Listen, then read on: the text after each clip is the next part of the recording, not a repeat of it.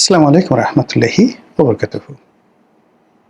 সম্মানিত দর্শক, রাজনীতি মানেই বিনোদন, চরম বিনোদন। কখনো এই বিনোদন ইন্টেলেকচুয়াল লেভেলে হয়, কখনো এই বিনোদন ক্ষমতার কেন্দ্রে হয় এবং এখানে মেধা, মননশীলতা, যোগ্যতা, অভিজ্ঞতা, কূটনীতি, দক্ষতা এগুলোর যেভাবে সুকর্যতা থাকে, এগুলোর যেভাবে একটা গ্রহণযোগ্যতা থাকে এবং এগুলোকে কেন্দ্র করে দ্য পলিটিক্যাল হিউমার এমন একটা জায়গাতে পৌঁছে যায় এবং সেই হিউমারের কারণে আমরা এখনো পর্যন্ত উইনস্টন চার্চিল কিংবা ধরুন আব্রাহাম লিঙ্কন এদের সবাইকে স্মরণ করি। আবার পাক ভারত উপমহাদেশে আমরা মহাত্মা গান্ধী, মাওলানা আবুল কালাম আজাদ, পণ্ডিত জওহরলাল নেহেরু তাদের সবাইকে স্মরণ করি তাদের গ্রেটেস্ট হিউমার বা সেন্স অফ হিউমারের জন্য। বাংলাদেশের বঙ্গবন্ধু শাহ আজিজুর রহমান, মিজানুর রহমান চৌধুরী, আব্দুল সামাদ আজাদ, সুরঞ্জিত সেনগুপ্ত, মোরালেস তারা সবাই, ইভেন সালাউদ্দিন কাদের চৌধুরী, তারা সবাই খুবই বিখ্যাত ছিলেন তাদের সেন্স অফ হিউমারের জন্য। তো এই সকল সেন্স অফ হিউমার তৈরি করার জন্য খুব উচ্চমার্গের লেখাপড়া লাগে, খুব ভালো পলিটিক্যাল ব্যাকগ্রাউন্ড লাগে, বংশ ভালো লাগে, চরিত্র ভালো লাগে, মানে মানুষকে আনন্দ দেওয়া, বিনোদন দেওয়া এবং মানুষের মনোজগতে একটি যাকে বলা হয় নেতিবাচক কথা বলে ইতিবাচক প্রতিক্রিয়া তৈরি করার জন্য you must have a good blood line. মন্দ চরিত্র, মন্দ চিন্তা, দ্য ব্যাড মাইন্ড, এটা কখনোই তৈরি করতে পারে না, যেটাকে বলা ডার্টি মাইন্ড। ভারতের একজন খুব বিখ্যাত রাজনীতিবিদ ছিলেন রাম জেঠমালানি। তো রাম জেঠমালানি এই কথাটা খুব ব্যবহার করতেন যে ব্লু ব্লাড এবং যাকে বলা হয় ডার্টি মাইন্ড। ডার্টি মাইন্ড দিয়ে মানে মন্দ মন দিয়ে কখনোই কৌতুক করা যায় না এবং কখনোই মানুষের মনে দাগ কাটা যায় না। আপনার চেহারার মধ্যে ধরা পড়বে যে আপনার একটা নিকৃষ্ট বাজে মানে মন রয়েছে। তো রাজনীতির ময়দানে যদি আপনাকে ইতিহাস সৃষ্টি করতে হয়, হোয়াট এভার মেবি, আপনি ধরুন নিষ্ঠুরতা দেখাতে চান, খুব কঠোর, কেমন গিয়াসউদ্দিন বলবন, হযরত উমর ইবনুল খাত্তাব, তৈমুর লং, আলাউদ্দিন খিলজি, ওনারা সবাই ভীষণ রকম নিষ্ঠুর, ভীষণ রকম দক্ষ এবং শ্রেষ্ঠতম শাসক ছিলেন। নিষ্ঠুরতাকে তারা একটি আর্টের পর্যায়ে নিয়ে গেছিলেন। আপনি যদি খুব বিনোদন দিতে চান, কৃষ্টি, কালচার, শিল্প, সাহিত্য, সংস্কৃতি এগুলো নিয়ে যদি আপনি কিছু করতে চান, আপনাকে যেতে হবে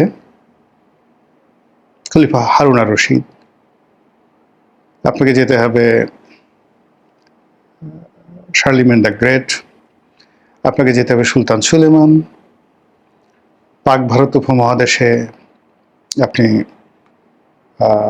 আকবর, তারপর জাহাঙ্গীর, এরপর শাহজাহান, তিনজনেই এই সেম জিনিসটি করেছেন। অর্থাৎ শিল্প, সাহিত্য, সংস্কৃতি, বিনোদন, গল্প, উপন্যাস, স্থাপত্য সব মিলিয়ে একটা ইতিহাস তৈরি করে ফেলেছেন।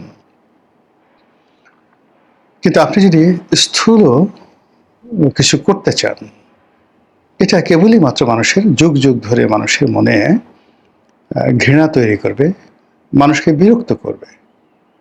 আর আপনি কিয়ামত পর্যন্ত চেষ্টা করলেও এই ধরনের যাকে বলা হয় দুর্নাম এবং বদনাম থেকে নিজেকে নিবৃত্ত করতে পারবেন না।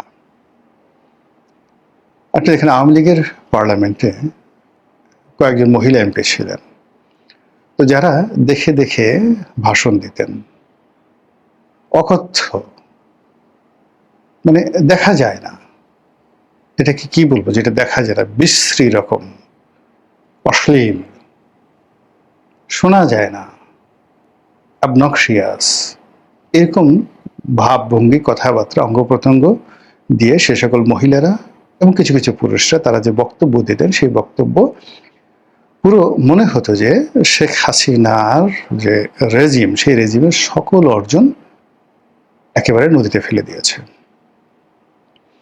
এবং শেখ হাসিনা যতই নিজেকে স্মার্ট মনে করতেন না কেন, তাকে কিন্তু মূল্যায়ন করা হতো ওই সমস্ত লোকদেরকে দিয়ে যাদেরকে তিনি সিলেক্ট করেছেন। কোনো রিজন নাই যে একজন মানুষ যে তার সঙ্গী হিসেবে, সহকর্মী হিসেবে মেম্বার অফ পার্লামেন্ট কি, এখন ধরেন মেম্বার অফ পার্লামেন্ট তারেক জিয়ারও যে অবস্থা, পার্থরও যে অবস্থা, আর এখানে মহিলা কোঠায় এমপি হয়েছেন যারা Shammi, Nilufar Chowdhury Moni, Ranu, all are the same. এখন আপনি নিজেকে যতই বস মনে করেন না কেন, তারা আপনার সহকর্মী। কাজে আপনি কাকে সহকর্মী বানাবেন, কাকে আপনার পাশে বসাবেন, কাকে আপনি মাননীয় সংসদ সদস্য বলে সম্বোধন করবেন, এটার রুচির উপরে, আভিজাত্যের উপরে সবকিছু নির্ভর করবে। সংসদে এই যে মহিলাদের অন্তর্ভুক্তি, এটা এরশাদ সাহেব করেছিলেন এবং এটাকে তাচ্ছিল্য করার জন্য জাইজুদ্দিন সম্পাদক শফিক রেহমান লিখেছিলেন সংসদের 30 সেট অলংকার, just like a puppet, just like a ornament, কিছুই না, সংসদের সৌন্দর্য বৃদ্ধি। কিন্তু এই সৌন্দর্য বৃদ্ধি করলেও, অলংকার বললেও, এরশাদের যে 30 জন নারী এমপি ছিলেন তারা সবাই ছিলেন সুন্দরী। তাদের সবাই এর সাথে খুব ঘনিষ্ঠ ছিলেন, আর বললাম না, খুবই ঘনিষ্ঠ ছিলেন। আর কি কাজ করে তারা এমপি হয়েছিলেন সেটা মোরলেস, তাদের মধ্যে কেউ কেউ মন্ত্রী হয়েছিলেন, এটা আপনারা জানেন। কিন্তু তাদের শিক্ষা, দীক্ষা, পরিবার সবকিছু মিলিয়ে আপনি এরশাদকে একজন বিকৃত রুচির লোক বলতে পারবেন না। কিন্তু যখন একটা পার্লামেন্টে যখন মানুষ বলে বা এই জায়গাতে এই লোক এই কাজ করে এসেছে, তখন সেই কাজের, সেই লোকের যদি চেহারা, সুরত, কোয়ালিটি ওইরকম না হয়, আর আশেপাশে যারা লোকজন আছে, মানে যাদেরকে মানে কেন্দ্র করে এই ধরনের কথাবার্তা হয়, তখন সেখানে কি ধরনের একটা বিকৃত রুচির ব্যাপার স্যাপার আসে একবার ভাবুন তো, চিন্তা করুন তো। অনেক সময় মানে সমাজকে রিপ্রেজেন্ট করার জন্য অনেককে তুলে আনতে হয়। যেমন এবার পশ্চিমবঙ্গের লোকসভাতে, বিধানসভাতে, লোকসভাতে নয়, একেবারে একজন কাজের বুয়া তিনি বিধায়ক নির্বাচিত হয়ে গেলেন এবং তাকে একটা মন্ত্রণালয় দেওয়া হয়েছে, মন্ত্রী হয়ে গেছেন। তো এই যে তার যে সরলতা, সহজ, পার্লামেন্টে যাচ্ছেন, মন্ত্রী হয়ে কি করবেন, তিনি তখন থালা বাসন মাজছেন, এটা যাকে বলা হয় এক ধরনের উদারতা। এটা আমরা বাংলাদেশে কিন্তু করতে পারছি না। এরপর ধরুন ভারতের এখন বর্তমান যিনি রাষ্ট্রপতি রয়েছেন, হরিজন সম্প্রদায় থেকে এসছেন। এটা ভারত রাষ্ট্রের একটা উদারতা যে এই পর্যায়ের মানুষকে এনে রাষ্ট্রপতির আসনে বসা হয়, কিন্তু তাদের আপনি দেখেন যে ক্যারিয়ারটা, লেখাপড়ার ক্যারিয়ারটা লং অ্যান্ড আউটস্ট্যান্ডিং। কিন্তু আমাদের সময়টাতে, বিভিন্ন সময়টাতে আমরা সবসময় চেষ্টা করি কে আমার জুতা টানতে পারবে ভালো, কে আমাকে বিছানায় আনন্দ দিতে পারবে, কে আমাকে হাত পা টিপতে পারবে ভালো, কে আমার দাড়ি মোছ কামিয়ে দিতে পারবে, কে আমার বাজার করে দিতে পারবে, কে আমার জামা কাপড় লন্ড্রি করে দিতে পারবে। সেই মানুষগুলোকে আমরা সবসময় কাছে রাখার চেষ্টা করি। অনেকটা ওই যে একটা গাধা, মানে আমরা যে গল্প শুনেছি যে একজন গাধা মালিক, সে রাস্তাতে যাচ্ছিল, যখন দেখলো যে সেখানে পিএইচডি ডিগ্রি দেওয়া হয়, তিনি তখন গাধার জন্য একটা পিএইচডি ডিগ্রি কেনার চেষ্টা করলেন। এবং এই যে গাধা প্রকৃতির মানুষদেরকে পার্লামেন্টে নিয়ে যাওয়া, এটা হোসেন শহীদ সরওয়ার্দী এই কাজটা করেছিলেন, বঙ্গবন্ধু তো করেছিলেনই, আর এরপর কিন্তু থেমে নেই। এবং এটা ধীরে ধীরে ধীরে ধীরে বিশ্রী থেকে বিশ্রী হচ্ছে। কথাগুলো বললাম, সাম্প্রতিক সময় একজন সংসদ সদস্য পদবীধারী ভদ্রমহিলা, বয়স হয়তো 65 বছরের মতো হবে বা আরও বেশি হবে, খুবই স্টাইলিস্ট, খুবই যাকে বলা হয় ইংরেজি খুব জানেন বলে নিজেকে ওইভাবে জাহির করতেন, এবং দীর্ঘদিন বিএনপির ইন্টারন্যাশনাল যে অ্যাফেয়ার্স কমিটি ছিল বা ওই ধরনের কোনো একটা সংগঠনের সাথে তিনি হয়তো জড়িত ছিলেন।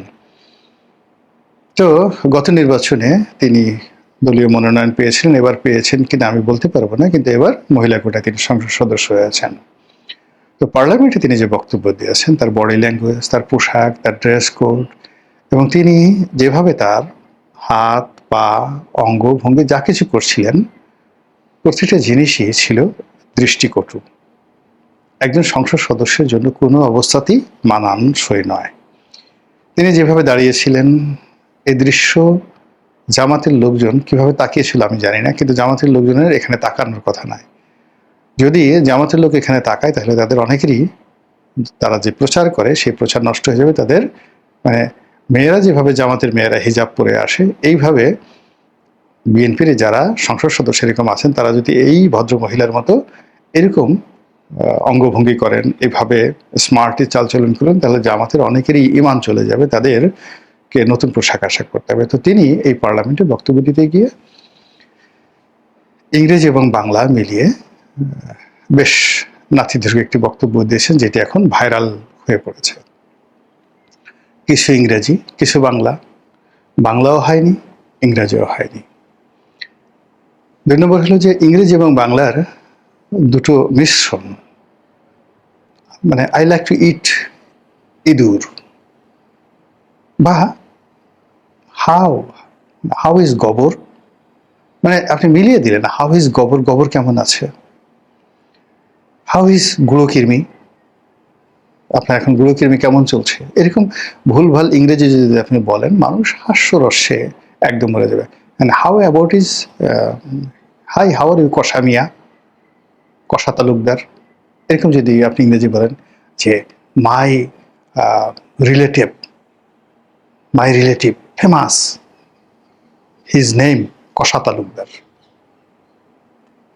কষা মজুমদার, এই জিনিসগুলো না ভীষণ রকম আপনাকে, মানে যাকে বলা হয় বিব্রত করবে, আর যারা শুনবে তারা আপনার সম্পর্কে বা আপনাকে যারা মনোনীত করেছে তাদের সম্পর্কে খুব ওরকম মনে করবে। তো সেই দিক থেকে এই ভদ্র মহিলা যে ধরনের ইংরেজি বাংলা মিলিয়ে বক্তব্য দিচ্ছেন, তার সেই বক্তব্যে তিনি রাস্তার উল্লেখ করেছেন, রাস্তার সর্বনাশ ঘটেছে। তিনি কাঁচা রাস্তা যেগুলো এখনো ঢালাই করা হয়নি, সেই কাঁচা রাস্তার যে কর্দমাক্ত কাদা, সেই কাদা শুধুমাত্র তার নিজের বক্তব্যে নয়, পুরো সংসদকে তিনি কালিমালিপ্ত করেছেন, কাদাযুক্ত করেছেন। এবং তার নিয়োগকর্তা, সেটা তারেক রহমান সাহেব হন বা অন্য যে কেউ দলের মধ্যে, তাকে যদি ইনফ্লুয়েন্স করে তারেক রহমানের কাছ থেকে তার মনোনয়ন নিয়ে থাকে, তিনি এই সবাইকে একটা বিতর্কের মধ্যে ফেলে দিয়েছেন। এবং আপনারা জানেন যে আমাদের দেশে অনেকগুলো জিনিস রয়েছে যেগুলো একটু কসলালে বিজলা বিজলা ভাব হয়, দেখতে অনেকটা বাজে মনে হয়। আপনারা যেমন অনেকের যেমন আমাশয় রুগী হয় না, আমাশয় রুগীর যে বর্জ্য যেভাবে একটা পিছলে পিছলে থাকে এবং দেখতে খুব বাজে লাগে, তো এরকম আমাদের সমাজের অনেক কর্মকাণ্ড এরকম দুর্গন্ধ ছড়ায় না, কিন্তু পরিস্থিতি অনেকটা বিজলা বিজলা, পিচ্ছিল নয়, বিজলা বিজলা এরকম মনে হয়। এখন উনি ওই যে রাস্তাটা কথা বলেছেন, সে রাস্তার যে কাদা, সেই কাদার যে একটা পিছলা পিছলা আমেজ, সেই আমেজটাকে তিনি রীতিমতো তার বক্তব্য দ্বারা বিজলা বিজলা করে ফেলেছেন। কাদার উপর যদি বিজলা বিজলা পড়ে, কোনো কিছু যদি পড়ে, জেল জাতীয় কোনো কিছু পড়ে, সেটা কতটা বিশ্রী হয়ে যায়। এবং একদম যেটাকে আমরা গ্রাম বাংলায় বলি ভ্যাদ ভ্যাদে কাদা, সেই কাদার উপরে এরকম বিজলা বিজলা কিছু একটা পড়েছে, কিছু একটা পড়েছে। তো সেটা কেমন হয়? এখন ওই যে তিনি যে বক্তব্য দিয়েছেন, সেই বক্তব্যের ভিত্তিতে পুরো যে প্রক্রিয়া, সেই প্রক্রিয়ার মধ্যে একটা বিজলা বিজলা ভাব চলে আসছে। রাজনৈতিক দলগুলোর দুর্ভাগ্য যে তারা জাতির সামনে, এবং একটা জাতিরও দুর্ভাগ্য যে একটা রাজনৈতিক দলকে তারা, এমন একটা রাজনৈতিক দলকে তারা ভোট দিতে বাধ্য হয়, ক্ষমতায় বসাতে হয়, যারা কিনা এরকম একটা বিজলা বিজলা পরিবেশ তৈরি করে ফেলে, পিছলা পিছলা রাস্তা তৈরি করে ফেলে, এবং এমন একটা পরিস্থিতি যেগুলো না যায় শোনা, না যায় বলা। মহান আল্লাহ আমাদের সবাইকে হেদায়েত দান করুন এবং হেফাজত করুন। আসসালামু আলাইকুম ওয়া রাহমাতুল্লাহি ওয়া বারাকাতুহু।